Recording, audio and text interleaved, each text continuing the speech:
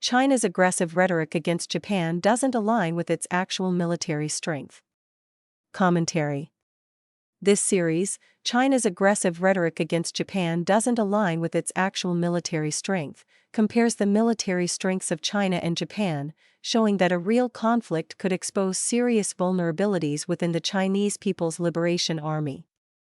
China's Ministry of National Defense on November 27 issued a sharp warning in response to comments made by Japanese Prime Minister Sanai Takaichi regarding a potential crisis in Taiwan. Takaichi stated that a Taiwan contingency could directly endanger Japan's security and constitute a survival-threatening situation, in which Japan could invoke its right to collective self-defense. The Chinese Defense Ministry declared that any Japanese military intervention over Taiwan would face a severe, head-on blow from China. Soon after, China Central Television, or CCTV, rolled out a series of videos showcasing missiles, bombers, long-range rocket systems, and talk of island reef operations. The Chinese regime also conducted multiple live-fire military drills in the Yellow Sea. These actions were intended to raise tension and shape public opinion at home. China's military weakness laid bare in the First Sino-Japanese War. The symbolism was hard to miss. The Yellow Sea was once the site of the First Sino-Japanese War, a conflict often referenced in the Chinese Communist Party's rhetoric against Japan. For China, that war was a profound humiliation. The Qing dynasty was overconfident and suffered a crushing defeat that exposed its military weakness.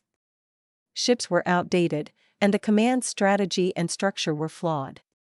Today, Beijing seems to invite a similar historical comparison, as it risks drawing attention to the very weaknesses it seeks to conceal.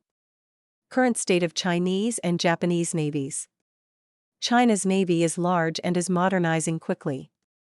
It is often portrayed as a rising challenger to the United States. However, size alone does not determine strength. China's naval forces are divided among 3 coastal commands, and only the Eastern and Northern Theater Commands are positioned to confront Japan. Of these 2 commands, only a fraction of China's highest-end ships could be committed. Geography, logistics, and the need to guard other regions limit what Beijing can realistically deploy. Japan's smaller maritime self-defense force is better trained, better integrated with U.S. forces, and designed for high-tempo defensive operations in its immediate region. The United States 7th Fleet would join Japan in any conflict, which means China would face a combined force with far stronger surveillance, missile defense, and maritime awareness. Raw ship numbers matter far less under these conditions. Technologically, China still trails. Its Type 055 and Type 052D destroyers are often advertised as near peers to U.S. and Japanese Aegis ships, but the reality appears more complicated. China's engines rely on older Ukrainian designs. Its sensors and radars, despite ambitious claims, face persistent reliability issues, which Chinese military articles occasionally hint at. Air defense systems built on Russian foundations are unlikely to match the performance of the U.S. Standard missile interceptors deployed by Japan. The gap widens further in underwater capabilities. Japan's submarines are among the quietest in the world, while China's diesel-electric boats are easier to detect. The East China Sea is shallow and heavily monitored. A Chinese submarine heading toward Japan could be tracked. Air power is even more decisive. China's J-20 fighters are advanced but limited. They lack a cannon, cannot carry anti-ship missiles internally, and must split their focus between potential missions in the East China Sea and the Taiwan Strait. China's 4th-generation fighters are numerous, but their coordination and support systems lag behind Japan's. China's aerial refueling capacity is thin, and its pilots train in more constrained environments.